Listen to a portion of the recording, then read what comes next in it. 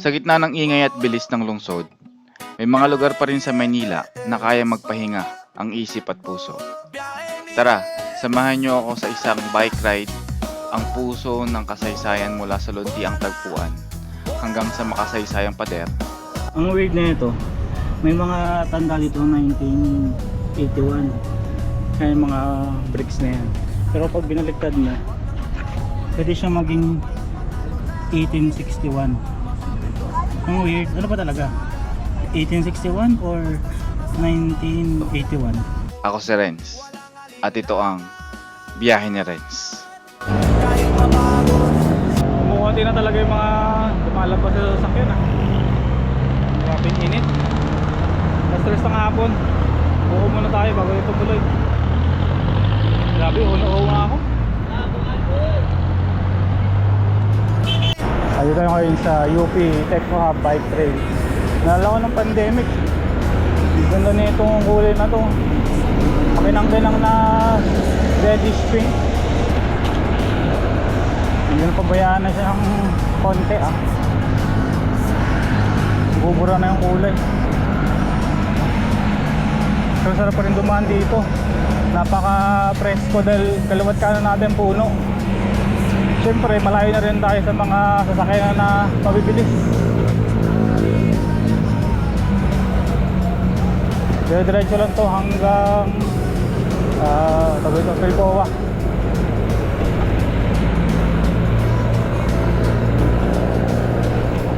Banayad lang.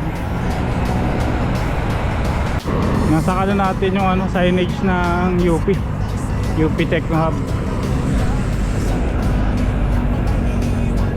Ayun tayo sa Quezon Avenue. Nakaka 19 kilometers na rin tayo mula ng right out. So malapit na to, dire-diretso na lang to. Sana hindi traffic. Na-expect natin since konti na yung bumiyahe ngayon, walang ganong traffic mamaya. Sana. Yung sa Quiapo, grabe init.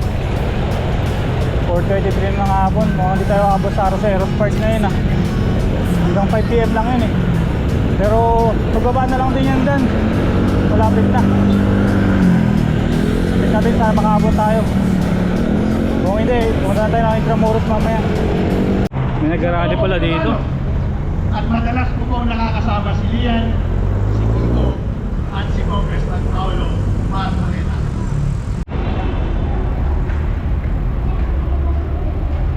So dito na yung central station ng LRT. Hanggang sa baba Ayun, Arroceros Park.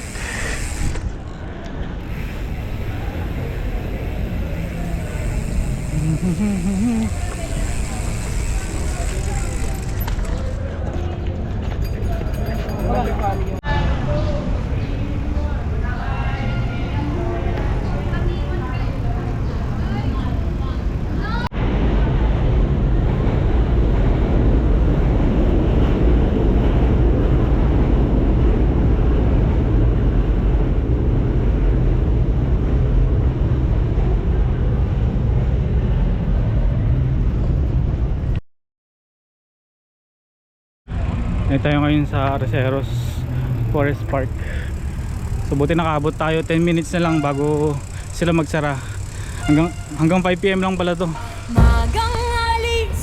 Ang Arroceros Forest Park ay isa sa tahimik at luntiang tagpuan sa gitna ng Maynila, nakilala bilang Last Lang of Manila, kung saan matatagpuan ng libo-libong puno at preskong hangin.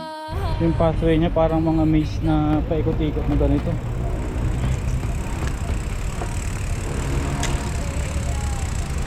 Ano to? Daw Dragon Melon daw. So kung gusto mong magpahinga, may mga upuan din pala dito sa gilid. Pwede kang magmuni-muni dito habang papahinga.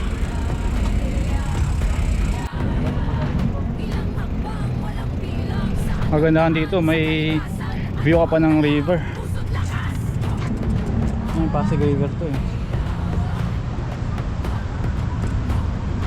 So tayo galing kanina, Manuel Quezon Bridge pala yan. Bumaba tayo dun.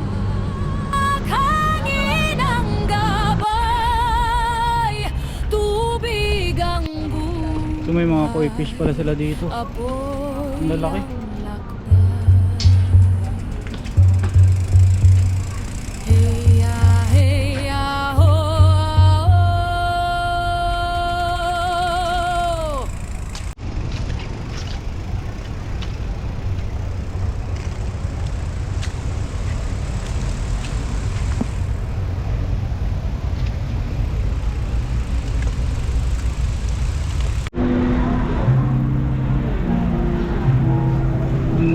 May coffee shop din pala dito kung gusto nyo magkape.